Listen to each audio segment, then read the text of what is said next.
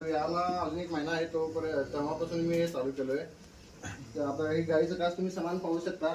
एक ही ताण असं कमी जास्त नाही आहे आणि दूध तुम्हाला पहिल्या वेतापेक्षा दुसऱ्या वेताला जास्त वाढीव आहे आणि गाईच्या अंगावर शाईन पाहू शकता. तसंच त्यानंतर गाईची वार सुद्धा सगळं पूर्ण क्लिअर पडून जाते आणि गाईचं तक्रार काय येत नाही. हे वापरल्यामुळे आपल्याला कासाची डेव्हलपमेंट असेल किंवा अंगावर शाईन लागतं की असेल हो हो हो हो याचा रिझल्ट तसं पाहायला गेला तर तुम्ही पूर्ण असं एकदम चांगला आहे आणि बाकी शेतकऱ्यांना पण सांगू इच्छितो की तुम्ही हा प्रोडक्ट वापरू शकता. जे रेसिग्रोज हे आपण कासवाडीसाठी हो कासवाडीसाठी वापरलं. हो हो आणि गाईचे तब्येत सुद्धा याच्यानं चांगली राहते. जे व्याल्यावर जे आजार रोग आहेत ते थायलेरिया हे आपण आता नवीन रोग पाहत आहोत ते शक्यतो कमी होतच नाही हे वापरल्यामुळं. त्यामुळे तुम्ही हे कंटिन्यू वापरू शकता.